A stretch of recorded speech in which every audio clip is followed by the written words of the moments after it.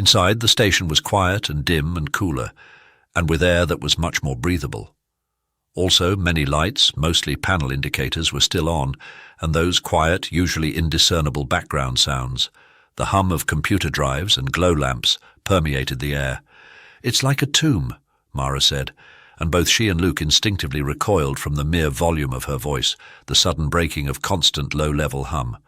"Let's find the main computer so that R2 can tap in," Luke suggested. "Everything still seems to be functioning," Mara remarked as they started on their way, padding down the darkened corridors with all speed, for none of them wanted to stay in this place any longer than absolutely necessary. They turned corner after corner, opening every door they passed. Both Luke and Mara had their lightsabers in hand, though when they noticed each other poised as if expecting an attack, they both put on curious expressions. Logically, there should be no danger here, but something about the atmosphere of the place, the panel lights glowing in darkened rooms. "Here it is," Luke called, pushing open one door to reveal a large circular room. "Great setup," Mara remarked when she entered, seeing the array of the 7 control pods. "And the place is still alive," Luke added. "So, where is everybody?" R2-D2 rolled into the room, down the ramp from the refreshment dais and onto the main floor. He went to the nearest pod and extended his computer interface, linking up. "Download everything they've got," Luke instructed, and the droid beeped and clicked his agreement. Luke replaced his lightsaber on his belt, then moved to the pod next to R2-D2. Mara did likewise, and moved to the central command pod, and both of them went to work, trying to determine the condition of the equipment. It was all working, they soon understood, but no clear signals were coming through from the orbiting satellites, or from anything else, it seemed. "It's the cloud cover," Luke remarked. "Nothing's getting through." "And maybe no distress signal could get out," Mara added. Luke nodded. "That'll take a few minutes," he said to her, drawing her gaze to the droid. "Let's go and see if we can find anybody." The two had grown more comfortable with the place by then, and so they thought nothing of leaving R2-D2 alone in the big room, or of splitting up once outside the room, so that they could cover more ground. R2-D2, though, didn't share that level of comfort.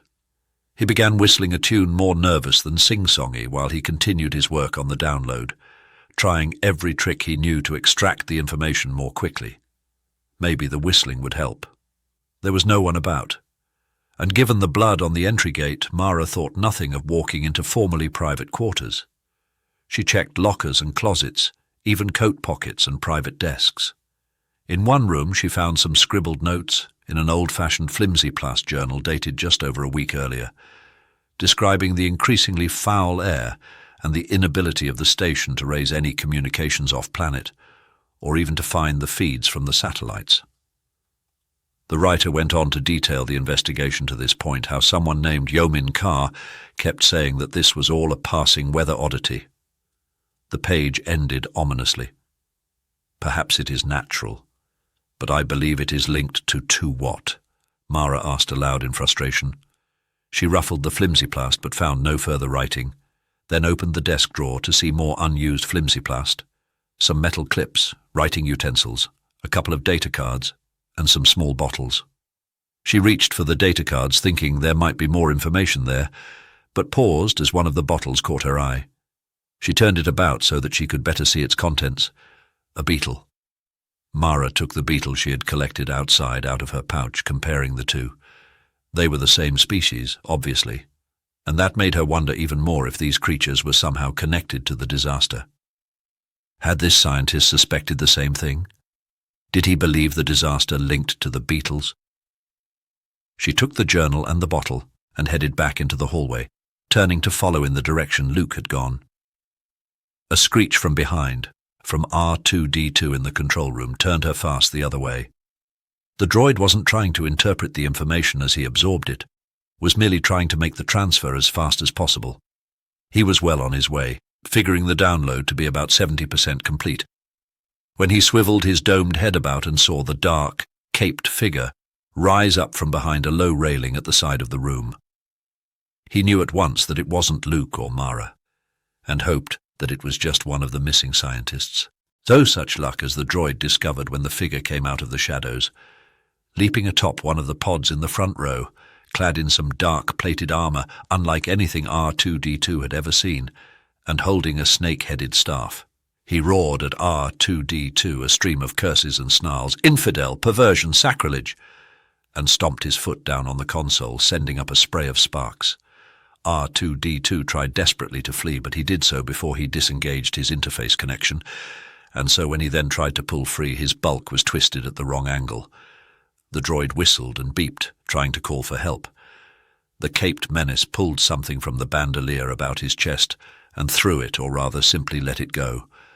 R2-D2 wheeled back the other way, his interface connection disengaging even as it tugged back, and the resulting abrupt shift toppled the droid onto his side. And just in time, for the flying thing zoomed past, smashing into the pod, driving right into it, and R2-D2 screeched. His dome swiveled about to look up, and there was the warrior standing above him, staff poised for a destroying blow. "EO!" the droid squealed, and rolled to the side. The door at the back of the room banged open, and Mara rushed in. "Stop!" she cried. "We are not your enemies!" Her words trailed away as the figure leapt away from the pod, closer to her to stand in all his warrior glory, dark armor gleaming, his disfigured face staring coldly at the woman. And what unnerved Mara most of all was the feeling inside her gut that this warrior, this monster, somehow knew her. The two stood and stared for a long while, neither blinking, the test of wills before the inevitable battle.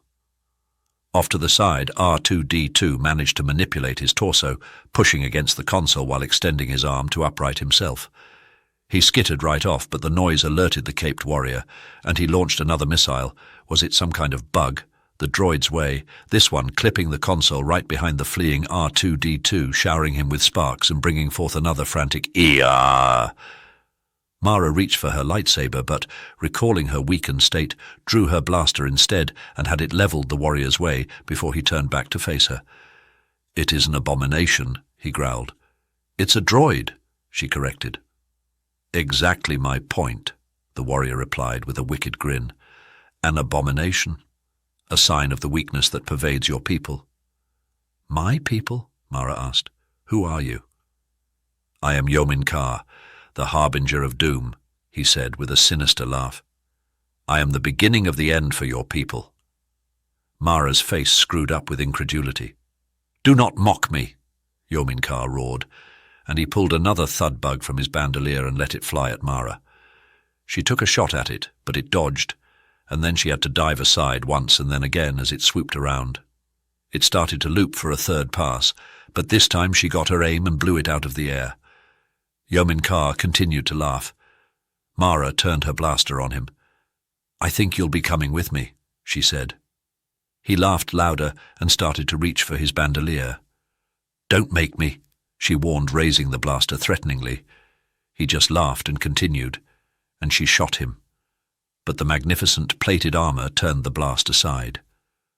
Eyes wide with disbelief, Mara had to move again, and quickly, as Yomin Carr tossed out another thud bug and another. She wisely abandoned her blaster, tossing it aside and drawing out her lightsaber. Then she went into a frantic dance, twisting and parrying, lightsaber intercepting the darting thud bugs as they came at her in rapid succession. Yomin Carr's laugh turned into a growl as he nearly emptied his bandolier, a dozen thud bugs darting and spinning at Mara. Her glowing blade worked in a furious humming blur, whipping up high and to the side, down low, and when she couldn't catch up to that low-flying missile, she deftly hopped it, and then back up, connecting with one zooming creature barely a centimetre from her face. She turned about and sliced across, picking two out of the air, then dropped into a squat, the lightsaber flashing up above her head to take out a diving bug, then swishing down to the side, forcing another to alter its course. It tried to turn about but had too much momentum and smashed into the back wall, crashing in deep. Mara spun about to face Yomin Carr, dived into a forward roll to regain her balance and to avoid any forthcoming attacks. Her lightsaber was at the ready as she came up, but the next missile plopped down, harmlessly Mara believed, a couple of meters in front of her. The armored warrior leapt forward, landing perched on the railing in front of the woman. She started forward to meet his charge, lightsaber working against the movements of his staff. The gooey pie on the floor before her expanded suddenly and grabbed at her feet. Quick as any felinoid, sensing the movement, Mara launched herself into a backflip, and then another. But the goo spread to pace her and caught her by the feet, rushing to encompass her ankles and hold her fast. Yomin Carr howled in apparent victory. Mara's lightsaber swished down, cutting through the goo easily, separating it into two parts, but each of those parts continued to move, grabbing stubbornly.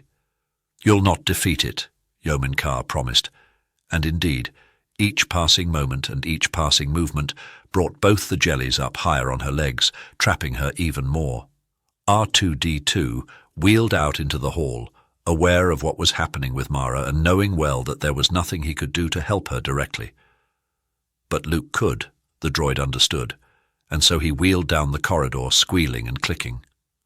A security holocam mounted high on the wall gave him an idea, and he rushed to the wall, knocking clear the security console and whirring through the codes, tapping into cam after cam, until he spotted Luke, scrolling through some screens on a computer in a private room. Accessing a complete diagram of the station, R2-D2 soon isolated the room, and off he went, still screeching and beeping. The goo grabbed at Mara, but despair surely did not. She kept her head and her cool and moved her lightsaber through a wild blur of motion, slashing, cutting, the tip even brushing against her pants leg as she sliced the gel from her body. On and on she went, seemingly wild, but actually precise. So much so that she soon had the goo chopped up into little pieces. And she still kept the presence of mind to arch her blade back out in front to intercept yet another thud bug zooming for her. The warrior came on, staff sweeping down, and Mara ducked at the last moment, came up tall and sent her lightsaber up high with a rolling motion that kept the staff out wide. Yomin Carr dropped to one knee and brought his staff horizontally above him, hands out wide, to intercept. Mara fully expected that her powerful lightsaber would shear through the staff and end the fight abruptly, but amazingly, the tattooed warrior's weapon caught the lightsaber, accepting the brunt of the hit without apparent damage, and Yomin Carr twisted his hands to the side as he came up fast, throwing Mara's blade off aim. She should have stepped back to regroup, but the jelly, the many tiny jellies, still held one of her feet firmly, and she could only twist back so far, and not far enough for her to bring her lightsaber in to parry. Yomin Carr stabbed with the snakehead end of his weapon, and to Mara's horror, that head opened wide its maw, fangs dripping venom. She slapped her hand inside the angle of the blow against the shaft just below the head, and was quick enough to retract it as the snakehead turned in to bite at it. The lightsaber's glowing blade swooped in an upturning circular parry between the two, forcing Yomin Carr back. And with that moment of pause, Mara slashed it down beside her foot again, cutting in half the last piece of jelly large enough to hold her. Then she leapt back, though not far. It was as if she had wads of gum stuck to the bottoms of her feet. "You are worthy," Yomin Carr congratulated, and started to nod and use the ruse to swing about quickly, his staff elongating and becoming supple suddenly, more a whip than a bludgeoning weapon. Mara tried to leap back, but the jelly, still grabbing at her, slowed her down. She pivoted to the side, bringing her weapon out to intercept. The whip snapped around the lightsaber, a strike so perfectly aimed that the head still came in across the woman's arm, fangs cutting deep scratches. Yomin Carr howled in victory, but Mara took the burning hit, focused her energies suddenly on that part of her body, and forced a blood rush out of the wound, washing away the poison before it could begin to take hold. She accepted then that this opponent possessed weapons that she could not anticipate, and so she went on the offensive immediately, charging ahead and launching a series of thrusts and slices that had Yomin Carr backing, and all the while he tried to retract his weapon to staff form, to give him something with which to parry. But his retreat was short-lived. He flicked one hand in a reverse movement, sending the remaining length of whip, ending in that wicked snakehead, back out at her. She dropped her left knee down and back, pivoting away from the warrior, and brought her lightsaber in a rolling motion down and then stabbing back over her dipping left shoulder, a perfect angle to intercept the rushing snakehead, the tip of her blade diving into its opening mouth. She came up in a rush, arm pumping and slashing, tearing the snakehead apart, and then she bore on, right up to the large warrior. His backhand got inside her movement, though, the other hard end of his weapon smacking her across the shoulder and knocking her to the side. She rolled with it, accepting the blow, and spun down low, swiping across at his knees. He leapt above the cut, and then again as Mara came across with a backhand, and then brought his weapon, now fully a staff again, down at her seemingly exposed head. Mara turned and brought her elbows flying up, her lightsaber coming across horizontally to intercept and hold the weapon at bay. Yomin Carr did not relent, pushing down with all his strength, frightening strength to Mara, for, indeed, she, even with all of her inner power and determination, could not hold him up. She reached into the Force then, trying another tactic on the man, and then she nearly buckled, for there was nothing. That was the only way she could describe it. Nothing. It was as if the Force was not a part of this warrior, as if he refused to acknowledge its existence in such a profound manner that it did not exist for him. Mara had to rely strictly on her fighting skills, pitting her speed and precision against this opponent's brute force. With a sudden desperate twist, rolling her left hand over her right, she snapped the descending staff harmlessly down to the side and in front of her, and then she started up, thinking to come in at the warrior up high. But she had jelly on one knee, goo that halted her progress abruptly and nearly sent her sprawling to the floor. That proved fortunate for Mara, though, for Yomin Carr reacted more quickly than she believed possible, straightening and slashing his staff across viciously, a blow that would have taken her across the head or neck if she had continued upward. Quick to improvise, she stabbed the warrior, who was as surprised as she by the fact that she was still down low in the knee. Then, as he howled in pain, she slashed her lightsaber across, taking him out at the knees and dropping him hard on his back. He started to roll toward her, bringing his staff across for her head. But she had the tip of her weapon out in time, pointed at his breast, and his own momentum drove him into it. The lightsaber finding a crease in that magnificent plated armor where the blaster had not, puncturing the coat and Yomin Carr's chest, poking into his heart. He froze in place, staring hard at Mara. "You are worthy," he said once more, and then he just stared at her, and it seemed again as if he somehow knew her. "Jedi," he whispered. That flicker of recognition went away. All light in Yomin Carr's eyes faded, and he lay very still. The door burst open and Luke came rushing in, a squawking R2-D2 hot on his heels. It all hit Mara then, the exertion, the wounds, and something about the very nature of this poisoned planet that tugged at her insides, as if this disease within her fed off the perversion that was Belkadan. "Get me out of here," she whispered to Luke, trying to rise. She needed his help, especially in cutting away the last of the stubborn jelly. "Finish the download," he instructed R2-D2 as he helped Mara into a chair. "Do you know who that was?" he asked her, and he moved to the dead warrior, inspecting the tattoos, the disfiguring wounds, the strange plated armor and weapon. "His name is Yomin Carr." Mara shook her head. "I think he knew me," she said, and Luke gave her a curious stare, one she could not in any way answer. Luke went back to his inspection. "R2, bring up images of all the scientists," he instructed. "Let's see if this was one of them."